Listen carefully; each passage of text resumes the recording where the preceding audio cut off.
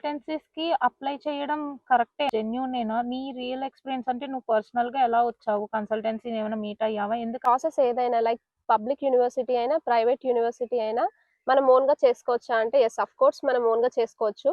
But ఏంటంటే దానికంటే ముందు కొంచెం రిసర్చ్ చేస్తే బెటర్. లైక్ ఎలా అప్లై చేయాలని. కొన్ని కాలేజెస్‌కి అయితే యూట్యూబ్ వీడియోస్ ఉంటాయి. లైక్ మీరు ఎలా అప్లికేషన్ ప్రాసెస్ చేసుకోవాలని. ప్రైవేట్ అయితే చాలా సింపుల్.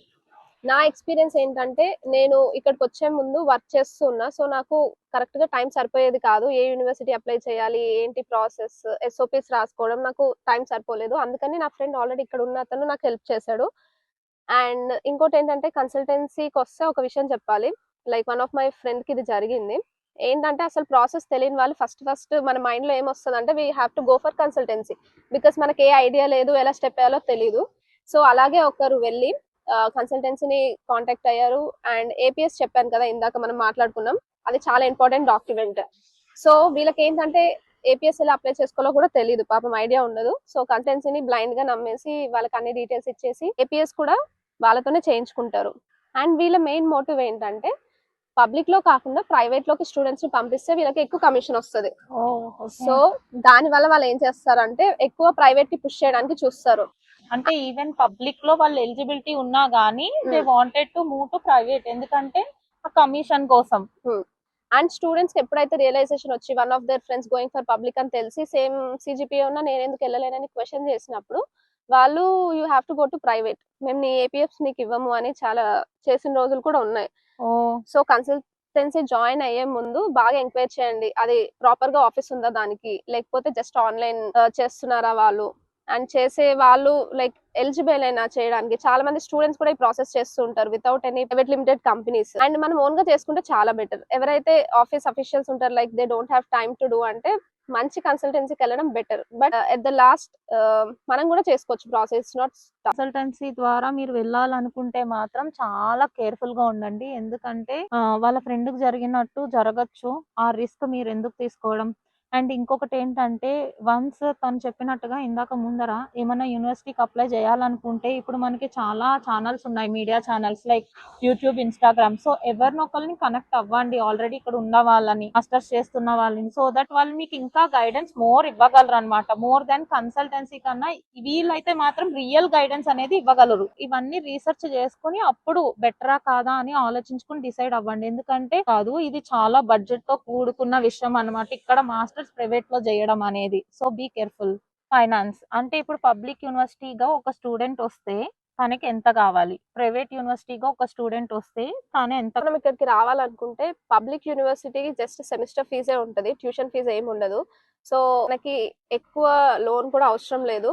లైక్ ఓన్లీ 12 లాక్స్ చూపించాలి మన బ్యాంక్ అకౌంట్ లో. అది ఫ్రీజ్ చేసి మనకు జర్మన్ అథారిటీస్ అనేది ఎవ్రీ మంత్ ఇక్కడికి వచ్చిన తర్వాత 1000 యూరోస్ మన ఎక్స్పెన్సెస్ కి ఇస్తారు. సో, మనం ఇక్కడికి వచ్చినప్పుడు మన ఎక్స్పెన్సెస్ కి మనీ కూడా తీసుకొని వస్తాం. అండ్ ఆల్సో ప్రైవేట్‌కి వచ్చేసరికి మనం ఫీజ్ కూడా పే చేసుకోవాలి. మన ఎక్స్‌పెన్సెసే కాకుండా ఫీజ్ కూడా పే చేసుకోవాలి. వీసా వచ్చే ముందు 1 ఇయర్ ఫీ పే చేసేస్తాము. అండ్ చాలా మంది ఏ మైండ్ సెట్‌తో వస్తారు. ఈవెన్ నేను కూడా ఏ మైండ్ సెట్‌తో వచ్చానంటే 1 ఇయర్ ఫీజ్ కట్టేసుకుంటాం లోన్‌తో. అండ్ ఇక్కడికొచ్చిన తర్వాత నెక్స్ట్ ఇయర్ ఫీ మనం పార్ట్ టైమ్ చేసి కట్టుకోవచ్చు అనే మైండ్ సెట్‌తో వస్తాము. బట్ అది అన్ని సార్లు పాసిబుల్ అవ్వదు. ఒక్కొక్కసారి లాంగ్వేజ్ బ్యారియర్ వల్ల మనకి జాబ్ వెంటనే దొరకదు. ఒక్కొక్కసారి లక్ ఫ్యాక్టర్ కూడా ఎఫెక్ట్ చేస్తది. సో, ఒకవేళ ప్రైవేట్‌కొచ్చేటట్టు అయితే ఫినాన్సెస్ సరిపోయేటట్టు ఉండి వస్తే చాలా హెల్ప్‌ఫుల్ అవుతది. హోప్స్ అండ్ ఎక్స్‌పెక్టేషన్స్ పెట్టుకోకుండా వస్తే. ఓకే. అంటే ఇప్పుడు ప్రైవేట్ యూనివర్సిటీకి వచ్చినప్పుడు జస్ట్ 2 ఇయర్స్ అయితే 2 ఇయర్స్, 3 ఇయర్స్ అయితే 3 ఇయర్స్ మొత్తం బడ్జెట్ అనేది ప్లాన్ చేసుకుని రండి. ఎందుకంటే ఇక్కడ 1 ఇయర్ బ్లాక్ అమౌంట్ అయిపోయినంత వరకు బానే ఉంటది. సెకండ్ ఇయర్ మనకి జాబ్ పార్ట్ టైమ్ జాబ్స్ వచ్చినా కూడా బానే ఉంటది. కానీ ప్రాబ్లమ్ ఏంటంటే ఇక్కడ పార్ట్ టైమ్ జాబ్స్ కూడా కొంచెం కష్టంగా ఉన్నాయి. ఎందుకంటే ఇక్కడ లాంగ్వేజ్ బ్యారియర్ అనేది చాలా ఎక్కువైపోయింది. సో ఎవరైనా ఇక్కడికి రావాలి అనుకుంటే మినిమం B1 అనేది మీరు అచీవ్ చేయండి. అంటే అట్లీస్ట్ ఆ బ్లాక్డ్ అమౌంట్ అయిపోయేలోగా మీరు B1 అనేది మీరు చేసుకుంటే గనక మీకు పార్ట్ టైమ్ జాబ్స్ అనేవి కూడా ఈజీ అయితాయి. యూనివర్సిటీలో అయితే పబ్లిక్ యూనివర్సిటీలో అయితే ఒకవేళ మనకి పార్ట్ టైమ్ రాకపోయినా కూడా మనకి వీళ్ళు ఇచ్చే ఎక్స్‌పెన్సెస్ 900 ఆర్ 1000 యూరోస్ ఉన్నాయి కదా! దాంతో మన ఎక్స్‌పెన్సెస్ మొత్తం అయిపోతాయి. రెంట్ ఆల్‌మోస్ట్ లైక్ 400, ఇన్స్యూరెన్స్ 150 ఎంత అనుకున్నా 800లో అయిపోతది. అండ్ 200 మనం సేవ్ చేసుకోవచ్చు ఒకవేళ పబ్లిక్ అయితే. సో, దానికి ఎక్కువ ఎక్స్‌పెన్సెస్ అవసరం లేదు. బట్ ప్రైవేట్ అయితే ముందే ప్లాన్ చేసుకోవాలి. And most of the master programs 1 or 2 years ఉంటాయి. సో, దాన్ని బట్టి మనం ప్లాన్ చేసుకొని వస్తే బెటర్. సో కావ్య, నీ అనాలిసిస్ లో ఇప్పుడు పబ్లిక్ యూనివర్సిటీలో జాయిన్ అయిన వాళ్ళకి ఎక్కువ ఛాన్సెస్ ఉంటాయా? ఆపర్చునిటీస్ ఎలా క్రియేట్ అవుతాయి? ప్రైవేట్ యూనివర్సిటీలో ఆపర్చునిటీస్ అనేవి ఎలా క్రియేట్ అవుతాయి? ఏంటంటే ఇక్కడ పబ్లిక్ యూనివర్సిటీలో మోస్ట్ ఆఫ్ ద యూనివర్సిటీస్ ఏంటంటే ఆనర్స్ లేకపోతే జర్మన్స్ థాట్ చేస్తారు మన కోర్స్ ని. Most of the private universities లో ఏంటంటే నేదర్ కంట్రీ లైక్ పాకిస్తాన్ వీళ్ళు ఉంటారు అనమాట. మనకి ఏంటంటే ఇక్కడ జర్మన్స్ అయితే వీళ్ళ స్టైల్ అనేది మనకు తెలుస్తుంది. లైక్ మనం ప్రాజెక్ట్స్ దేని మీద చేయాలి, వాళ్ళు దేనికి ఇంప్రెస్ అవుతారు, అండ్ మనం ఏ వేలో చేస్తే వీళ్ళకి కనెక్ట్ అవుతుంది, అండ్ ఇక్కడ జర్మనీకి మనం చేసే ప్రాజెక్ట్స్ ఎలా యూజ్ అవుతుంది అనేది తెలుస్తుంది.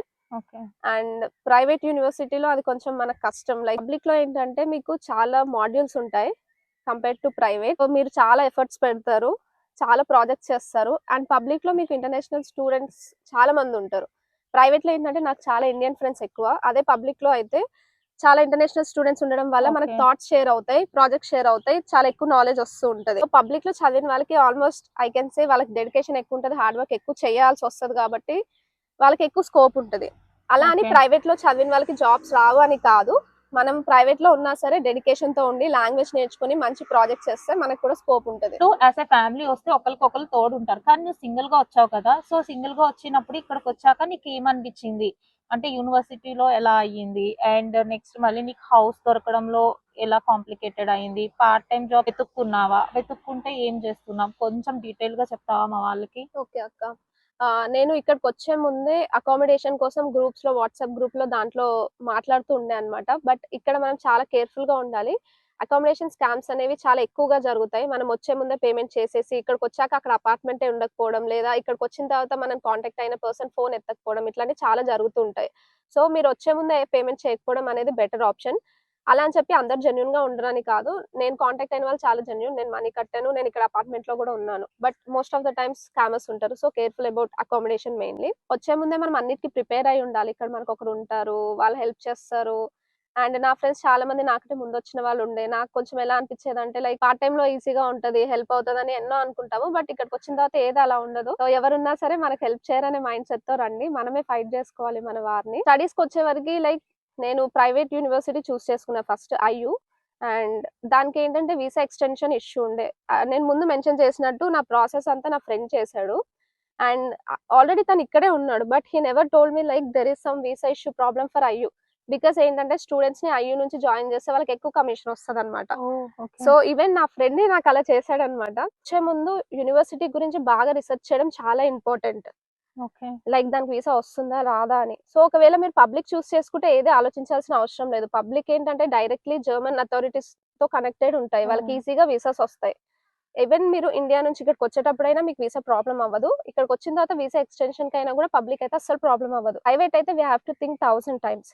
సో అదొకటి కేర్ఫుల్ గా చూసుకోండి. అండ్ పార్ట్ టైమ్స్ కి వచ్చేసరికి నాకు ఆల్మోస్ట్ మోర్ దెన్ 6 months పట్టింది పార్ట్ టైం దొరకడానికి. Main problem is language barrier. ఇక్కడ హోటల్స్, రెస్టారెంట్స్ ఉంటాయి. వాకిన్ వెళ్ళి అడిగామంటే ఫస్ట్ జర్మన్ వచ్చా అని అడుగుతారు, లేదని చెప్తే నో జాబ్స్ అంటారు. అలా అని చెప్పి అన్ని జాబ్స్ జర్మన్ లోనే ఉండవు, ఇంగ్లీష్ స్పీకింగ్ జాబ్స్ కూడా ఉంటాయి. బట్ దానికి లక్ ఉండాలి, రిఫరెన్స్ ఉండాలి, కనెక్షన్స్ ఉండాలి. ఉన్నప్పుడు మీకు ఒకటి చెప్పి హెల్ప్ చేసే వాళ్ళు కూడా ఉండాలి. రేర్ కేస్ అది. So it's better you learn German at least up to A2. Communication అని వచ్చి ఉంటే మీకు చాలా ఆపర్చునిటీస్ ఉంటాయి. నేను అప్పుడు చూసిన కావ్య వేరు, ఇప్పుడు చూసిన కావ్య వేరు. లాస్ట్ ఇయర్ నేను చూసినప్పుడు కావ్య వితౌట్ పార్ట్ టైం తను ఇక్కడికి మాస్టర్స్ చేయడానికి వచ్చింది. సో చాలా స్ట్రగుల్స్ అనేది ఫేస్ చేసింది. పార్ట్ టైం అనేది తనకి చాలా కాంప్లికేటెడ్ అయ్యింది, ఎందుకంటే తనకి అప్పుడు జర్మన్ లాంగ్వేజ్ లేదు. అట్ ద సేమ్ టైం ఆ మధ్యలో మళ్ళీ యూనివర్సిటీ వీసా ఇష్యూస్ వచ్చాయి. సో ఆ వీసా ఇష్యూస్ని కోసం మళ్ళా యూనివర్సిటీ మారాల్సి వచ్చింది. సో దానికి కూడా చాలా ఖర్చు అయింది. సో ఇవన్నీ ఎలా అంటే యాజ్ ఏ సింగిల్ ఇక్కడ మనకి పేరెంట్స్ సపోర్ట్ ఉండదు, ఫ్రెండ్స్ ఉన్నా కానీ యాజ్ ఏ నేమ్ ఉంటారు, కానీ పర్సనల్ గా మనకైతే ఎవరు మన ప్రాబ్లం లోకి దూరైతే ఎవరు సాల్వ్ చేయరు. సో ఎలా నీకు నువ్వు మోటివేట్ అయ్యావు? అంటే మనం అంటే జనరల్ గా ఇన్ని ప్రాబ్లమ్స్ ఒకటి దాని తర్వాత ఒకటి పడేసరికి జనరల్ గా ఏంటంటే డిప్రెషన్ లోకి వెళ్తారు. సో అలా కాకుండా నీకు ఇప్పుడు పార్ట్ టైం అంత స్ట్రాంగ్ గా తెచ్చుకోగలిగావు అంత క్రిటికల్ పొజిషన్ లో కూడా. సో ఎలా మోటివేట్ అయ్యావు నువ్వు, ఏంటి? మనం ఇక్కడికి వచ్చే ముందు చాలా మోటివేటెడ్ గా ఉంటాం, ఫుల్ డెడికేషన్ లో ఉంటాం. లైక్ నాకు వీసా రావాలి, అడ్మిషన్ రావాలి అని ఉంటాం. వచ్చాక అందరిలో తెలియని ఒక రిలాక్సేషన్ వచ్చేస్తుంది. లైక్ నేను ఫారెన్ వచ్చేసాను, నేను ఇప్పుడు కొంచెం రిలాక్స్ అవ్వచ్చు అని. సో ఆ పాయింట్ లో అసలు మనం రిలాక్స్ అవ్వకూడదు. అక్కడ రిలాక్స్ అయ్యామంటే కళ్ళు తెరిచి మూసే లోపు 1 ఇయర్ అయిపోతది. హాఫ్ ఆఫ్ ద కోర్స్ అయిపోతది. అండ్ కొంతమంది ఏంటంటే 1 ఇయర్ కోర్సే తీసుకుంటారు. 1 ఇయర్ కోర్స్ అయిపోతే జస్ట్ నీ స్టూడెంట్ వీసా అయిపోయింది. నెక్స్ట్ నీకు పోస్ట్ వర్క్ వీసా 18 మంత్స్‌లో నువ్వు ఫుల్ టైమ్ తెచ్చుకోవాలి. లేదంటే you should go back to India. Even though family ఇండియాలో ఉన్న చాలా సపోర్ట్ ఇచ్చేవాళ్ళు. ఇక్కడ లైక్ నేను అన్‌ఎక్స్‌పెక్టెడ్‌గా దుర్గక్కని మీట్ అయ్యానన్నమాట. తను కూడా one of the emotional support ఇక్కడ. నాకు పార్ట్ టైమ్ లేని టైంలో యూ కెన్ డూ ఇట్ అని ఎంకరేజ్ చేస్తూ ఉండేది. సో, అలా మీకు ఎవరో ఒకరు ఉండొచ్చు, ఉంటారు. కానీ గా చేద్దాం అనుకున్న వాళ్ళు ఇవన్నీ తెలుసుకోండి. అండ్ ఇది రియల్ స్టోరీ కావ్యది. తను ఎంత స్ట్రాంగ్ గా ఇక్కడ నిలబడ్డదంటే, అంటే యాస్ ఏ గర్ల్ గా ఇక్కడికొచ్చి సో మెనీ ప్రాబ్లమ్స్ నేను లైవ్ గా చూసాను. అంటే యూనివర్సిటీలో జాయిన్ అయ్యింది, అక్కడ సరిగ్గా లేదు అండ్ వీసా ప్రాబ్లమ్స్ అయ్యాయి. ఆ తర్వాత మధ్యలో పార్ట్ టైం వెతుక్కుంది. పార్ట్ టైం వెతుక్కోవడానికి చాలా అంటే చాలా కష్టపడ్డది. నియర్లీ 200 అప్లికేషన్స్ పెట్టింది. ప్రతి స్టోర్ కి వెళ్ళేది, నాకు పార్ట్ టైం ఉందా అని ప్రతి స్టోర్ కి వెళ్ళేది. బట్ 200 అప్లికేషన్స్ లో ఏది సక్సెస్ కాలేదు. అయినా కానీ తను చాలా స్ట్రాంగ్ గా నిలబడి ఇంకా పార్ట్ టైమ్స్ వెతుక్కుని తనకైతే ఒక పార్ట్ టైం అనేది తెచ్చుకోగలిగింది. ఆ వీసా ప్రాబ్లం అనేది కూడా రిజాల్వ్ చేసుకోగలిగింది. స్ట్రాంగ్ గా నిలబడి ఒక ప్రాబ్లం వస్తే ఒక సొల్యూషన్ అనేది క్రియేట్ చేసుకోగలిగింది. సో మనం ఎవరైనా ఇక్కడికి రావాలి అనుకున్న వాళ్ళకి మేజర్ గా కావాలనుకుంటే language is must and should. అది ఎవ్వరు ఏది చెప్పినా నమ్మద్దు. అంటే లైక్ లాంగ్వేజ్ ఏం పర్లేదు, ప్రాబ్లం లేదు, ఏం రాకపోయినా బోల్డ్ అని ఉంటాయి అనేది నమ్మద్దు. లాంగ్వేజ్ అనేది కంపల్సరీ రావాలి. A2 అనేది అయితే మినిమం చెయ్యండి. B1 ఇక్కడికి వచ్చాక అన్న మీ స్టడీస్ తో పాటు చేసుకోండి. బట్ A2 లెవెల్ అనేది ఉండాలి. అండ్ సెకండ్ వన్ ఏంటంటే మైండ్ సెట్ అనేది కూడా చాలా అంటే చాలా స్ట్రాంగ్ గా చేసుకుని రావాలి. ఎందుకంటే యాజ్ ఏ మాస్టర్ స్టూడెంట్ గా వచ్చినప్పుడు మీకు ఇక్కడ ఎవ్వరి సపోర్ట్ ఉండదు. ఏది వచ్చినా గానీ మీకు మీరే డీల్ చేసుకోవాలి. ఫ్రెండ్స్ అనే వాళ్ళు ఉంటారు కానీ ఒక లిమిట్ వరకే చూస్తారు కానీ మీ ప్రాబ్లమ్స్ లో దూరిపోయి అయితే మాత్రం చూడరు. సో తను రియల్ గా ఎక్స్పీరియన్స్ చేసింది కాబట్టి తన ఎక్స్పీరియన్సెస్ అన్ని షేర్ చేసింది. అందరికి ఎక్స్పీరియన్స్ డిఫరెంట్ గా ఉండొచ్చు. కొంతమందికి బాగుండొచ్చు, బాగుండకపోవచ్చు. It's only my personal experience. So ఇవాళ వీడియో ఇది. ఇంకా Kavya, all the best. Thanks ఈ అక్క. ఇయర్ నువ్వు జాబ్ కొట్టాలని కోరుకుంటున్నా. థ్యాంక్స్ అక్క. సో మనం అందరం కావ్యకి విష్ చేద్దాం జాబ్ రావాలని అండ్ బాగా సెటిల్ అవ్వాలి. Thanks for watching. See you in the next video. Bye.